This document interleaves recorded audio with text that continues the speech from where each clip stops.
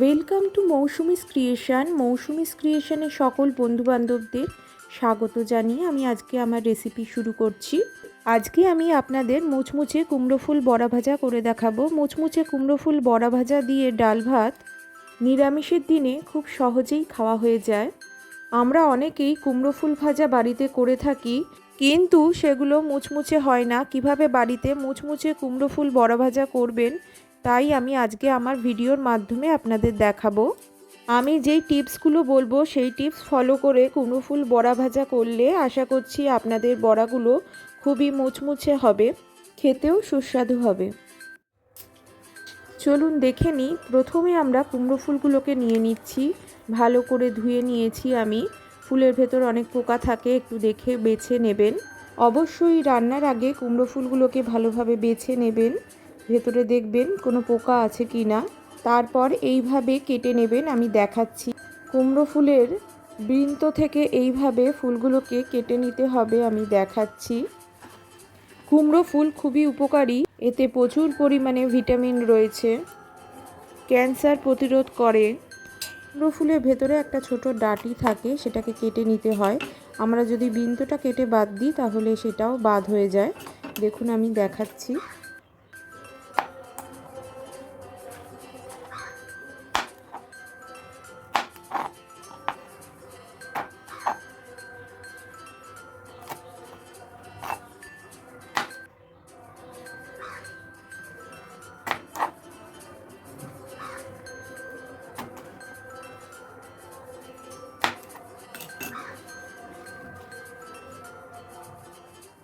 এরপর কুমড়ো ফুলের বড়া ভাজার জন্য আমাদের ব্যাটারটা তৈরি করে নিতে হবে।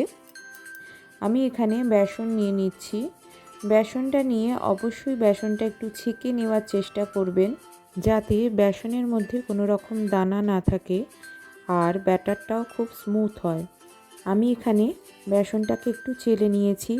তারপর দিয়ে দিচ্ছি 1 টিস্পুনের মতো চালের গুঁড়ো, 1 টিস্পুন কর্নফ্লাওয়ার।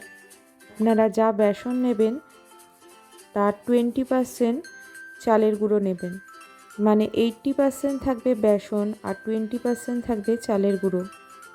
এরপর নিয়ে নিয়েছি কালো জিরে 1 টিস্পুন, 1/2 টিস্পুন হলুদ গুঁড়ো নিয়েছি, 1/2 টিস্পুন লঙ্কার গুঁড়ো নিয়েছি, 1 টিস্পুন চিনি অ্যাড করছি, 1 টিস্পুন লবণ অ্যাড করছি স্বাদ অনুযায়ী,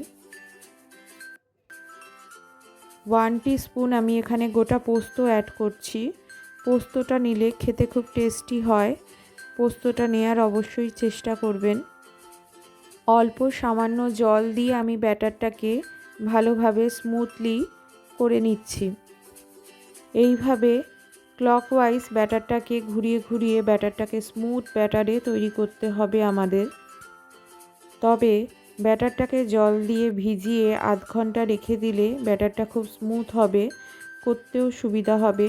আমি এখানে আধ ঘন্টা ব্যাটারটাকে জল দিয়ে ভিজিয়ে রাখছি, তারপরে স্মুথ ব্যাটার করে নিচ্ছি ঘুরিয়ে ঘুরিয়ে এইভাবে হুইস্কের সাহায্যে। দেখুন ব্যাটারটা আমাদের এই রকম হবে। ব্যাটারটা ওপর থেকে তুললে এই রকম যখন পড়বে তখন বুঝবেন ব্যাটারটা হয়ে গেছে। দেখুন আপনাদের দেখাচ্ছি। ব্যাটারটা খুব বেশি পাতলাও হবে না, আবার খুব বেশি ঘনও হবে না, থিকনেসটা এই রকম হবে। আপনাদের একটু দেখাচ্ছি, ওপর থেকে তুললে ব্যাটারটা যখন ফেলবেন ঠিক এই রকম হবে।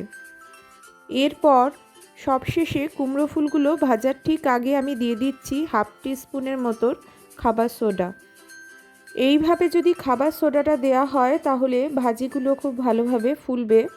যে কোনো ভাজার ফোলা ভাবটা খাবার সোডাতেই আসে। খাবার সোডা দিয়ে আমি অল্প সামান্য একটু নাড়িয়ে নিচ্ছি, খুব বেশি নাড়াবেন না, আর সব শেষেই খাবার সোডাটা অ্যাড করবেন। এরপর গ্যাস ওভেন অন করে একটা কড়াই বসিয়ে দিলাম। কড়াইতে আমি রিফাইন অয়েল নিয়ে নিয়েছি। আমি কুমড়ো ফুলগুলো রিফাইন অয়েলে ভেজে নেব। আপনারা চাইলে মাস্টার অয়েলেও করতে পারেন। তেলটা খুব ভালোভাবে গরম হয়ে এলে আমি এখান থেকে সামান্য তেল তুলে নিয়ে ব্যাটারে দিয়ে দিচ্ছি। এতে কুমড়ো ফুল ভাজিগুলো খুবই মচমচে হবে খেতে। এটা একটা টিপস বন্ধুরা। এরপর আমি এই ব্যাটারে কোট করে কুমড়ো ফুলগুলোকে গরম তেলে দিয়ে দেব। বন্ধুরা, ব্যাটারের থিকনেসটা এই রকম হবে, আমি দেখাচ্ছি দেখুন। আমার কড়াইতে যতগুলো ধরবে সেই মতো দেব, খুব বেশি দেবেন না, 2-3টে করে ভাজবেন, তাহলে খুব ভালোভাবে ভাজা হবে। ভাজার সময় গ্যাসের ফ্লেমটা অবশ্যই লো টু মিডিয়াম ফ্লেমে করে ভাজাগুলো ভাজবেন, তাতে খুবই মচমচে হবে। আর ভাজার আগে তেলটা ভালোভাবে গরম করে নিতে হবে। প্রথম পিঠটা হয়ে গেলে তারপরে উল্টে দেবেন, তারপরে সেকেন্ড পিঠটাও এইভাবে ভেজে নিতে হবে, একটু লাল লাল করে গোল্ডেন ব্রাউন করে ভেজে নিতে হবে।